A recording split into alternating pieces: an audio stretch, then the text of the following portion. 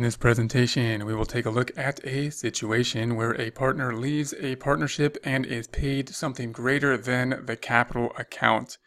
For more accounting information and accounting courses, visit our website at accountinginstruction.info. Here's going to be our chart of accounts here. Our trial balance, where we have the cash as the only asset. We've got the liabilities in orange. We've got the capital accounts, and then we have no revenue and expenses. Remember, that's important not to have the revenue expenses in essence being a post-closing trial balance, so that the capital accounts then represent the true capital accounts as of a point in time after having all temporary accounts closed out to them. In other words, the assets minus the liabilities will equal the equity section broken out between the owners, the partners. So we're going to say that M is going to leave the partnership here, and it's going to get paid, in this case, in this time, more than the capital account. And you might say, well, why would that happen? If the assets minus the liabilities equals the capital account, and the capital account for M is 151,200, why would they get paid more than that? And it could be that there's some things on the trial balance that aren't at fair market value. So especially things like equipment, possibly intangible things, possibly like goodwill in the partnership that's not represented on the trial balance. And especially something like goodwill, it might be thought that the partnership actually has higher value than what's being reflected, possibly because the equipment is valued more, possibly because there's some intangible to the partnership, such as goodwill, that is not being reflected.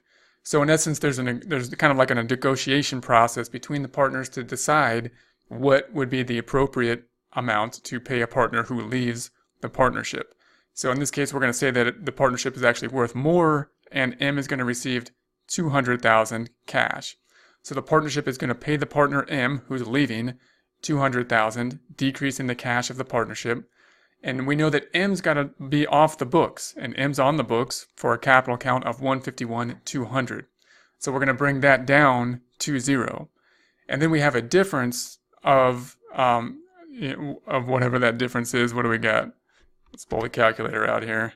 We've got the 200,000 minus the 151,200 of the 48,800. Now that's going to have to be allocated between the two remaining partners, B and L, and it's going to be reducing their capital accounts, which isn't really good for them, of course. It's reflecting the partnership owing them less money. Now, if the three partners had an equal sharing, we could just split that equally. But we're going to say here that the partnership original agreement was a 3-2-5 split. And so we know that, if we add that up, 5, 6, 7, 8, 9, 10, that adds up to 10. So then we would take a ratio of 3-10, 2-10, 5-10 to break out between M, B, and L respectively. We can't, however, use the same, the two partners remaining are B and L, so we can't use, however, the 2/10 and 5/10 of that 48,000 to allocate, because that doesn't add up to 100%. So this interest is gone. What we could do is say, okay, we're left with 2 and 5, which add up to 7, and then take 2/7 and 5/7. So that should work. So what we're going to do is we're going to say that we have the difference of 200,000 minus 151,200 equals 48,800, and then we're going to multiply that times 2 over divided by 7. And that'll be the 13,942 or 43 about. It's going to be a debit, reducing the capital accounts. And then the second one, of course, we could say it's just whatever needs to be remained, but we can also say 200,000 minus the 151,200, 48,800, that same amount, times 5 over 7. And that'll give us the 34,857. So 34,857. So that's what we have, and if we were to add this up, then the debits 151,200 plus the 13,942 plus the 34,857 add up to the 200,000. Posting this out, we see that the cash is going to go down by 200,000 to 350,000, we see that the capital account for M is going to go down to 0. It's at 151,200, going down by 151,200 to 0.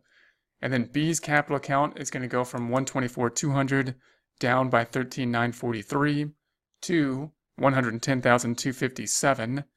And then L's capital account is at 264,600, goes down by 34,857 to 229,743. So if we look at our totals here, we see that the cash is going down. We see that the capital account is going down to 0. The difference then being allocated to the two remaining partners between the cash received and the capital that's being taken off the books, reducing the partnership agreement, these two partners, the remaining partners' capital accounts, because we paid out more than the capital account for the partner leaving. Note, what we're not doing is having like a gain or loss here on the sale that then closes out as we close out net income, because it's not really part of net income. These two partners are kind of making a sale of the partnership in a way, because this partner is leaving for less than the partnership, so they kind of have a loss basically on the sale of the partnership percentage, partnership share. But it's not revenue or expense to the partnership, because the partnership is not generating or losing revenue. So although it does affect the capital accounts, reducing the capital accounts in this instance, it's not part of net income. For more accounting information and accounting courses, visit our website at accountinginstruction.info.